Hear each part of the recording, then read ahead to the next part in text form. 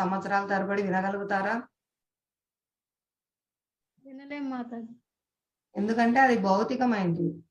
అవి మనకు ఆనందాన్ని ఇవ్వవు. కానీ హరే కృష్ణ మంత్రం ఎప్పటి నుంచి వింటున్నారండి? అనాదిగా కోటాను కోట్ల విశ్వాలు వెళ్తున్నాయి, వస్తున్నాయి. కానీ హరే కృష్ణ మహామంత్రాన్ని జపించడం ద్వారా ఇంకా పూర్ణ ఆనందాన్ని, ఇంకా జపించే కొద్దీ రుచిని, ఇంకా జపించే కొద్దీ ఆనందాన్ని, ఇంకా జపించే కొద్దీ పవిత్రతను పొందుతున్నారండి, ఉద్ధరింపబడుతున్నారు. దానివల్ల మనం తెలుసుకోవచ్చు, ఇది దివ్యమైన ఆధ్యాత్మిక శబ్ద ప్రకంపన. దీన్ని వినడం ద్వారా మనం పవిత్రం అవుతాము. ఎప్పుడు విసుగు అనేది రాదు. ఎందుకంటే ఇది ఆధ్యాత్మికము.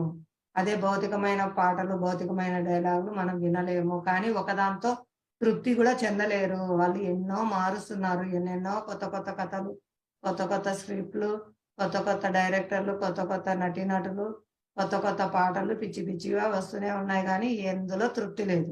కాబట్టి ఇంకో దాంట్లో ఏమన్నా ఆనందం ఉందేమో, ఇంకా దీంట్లో ఆనందం ఏముందేమో ఎక్కడెక్కడో వెతుకుతున్నారు. ఎక్కడా లేదండి. మనం ఎప్పుడైతే భగవత్ సేవలో నియుక్తమవుతామో, భగవత్ లీలలు వింటామో, భగవత్ కథ శ్రవణం చేసి భగవత్ కథ అందరికీ చెప్తామో అప్పుడు తృప్తి లభిస్తుందండి. అప్పుడు నిజమైన ఆనందం పొందుతాము. కాబట్టి ఈ హరే కృష్ణ మహామంత్రాన్ని స్వీకరించదాము, అందరము ఆనందంగా ఉందాము. ఫలితం కూడా మనకు అద్భుతంగా ఉంటుందండి. స్టార్టింగ్ ఎవరైతే శ్రద్ధగా మొదలుపెట్టి శ్రద్ధగా చేస్తూ ఉంటారో వాళ్ళు అప్పటి నుంచే ఫలితాన్ని కూడా చవి చూస్తారు. ఈ దైవీ గుణము మోక్షానికి కారణమవుతుంది. ఆసర స్వభావము బంధానికి కారణమవుతుంది. ఎందుకంటే ఇంకా నీచ జన్మలకి మనం తోసేస్తుంది అనమాట. ఈ ఆసుర స్వభావం బంధిస్తుంది. మళ్ళీ మళ్ళీ జన్మ మృత్యు జరావ్యాధుల చక్రంలో తిరుగుతూ కష్టాలు అనుభవిస్తాం. కాబట్టి మనం తెలుసుకోవాలి, ఎన్నిక చేసుకోవాలి. కార్యం అంటే ఏంటి, ఏం చేయాలి, అకార్యం అంటే ఏంటి, చేయకూడని పనులు ఏంటి, మనం ఖచ్చితంగా అవగాహన చేసుకోవాలి. ఈ శాస్త్ర నియమాలు మన ఉన్నతి కోసమే ఉన్నాయి.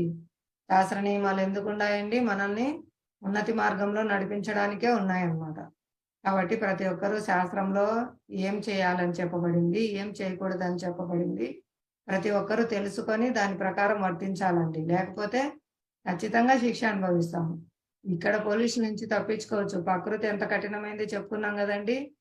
చంటి బిడ్డ అగ్ని అని కాలుస్తుందని తెలిసినా తెలియకపోయినా అగ్ని చేయి పెట్టేసగానే దహించుకోవచ్చు.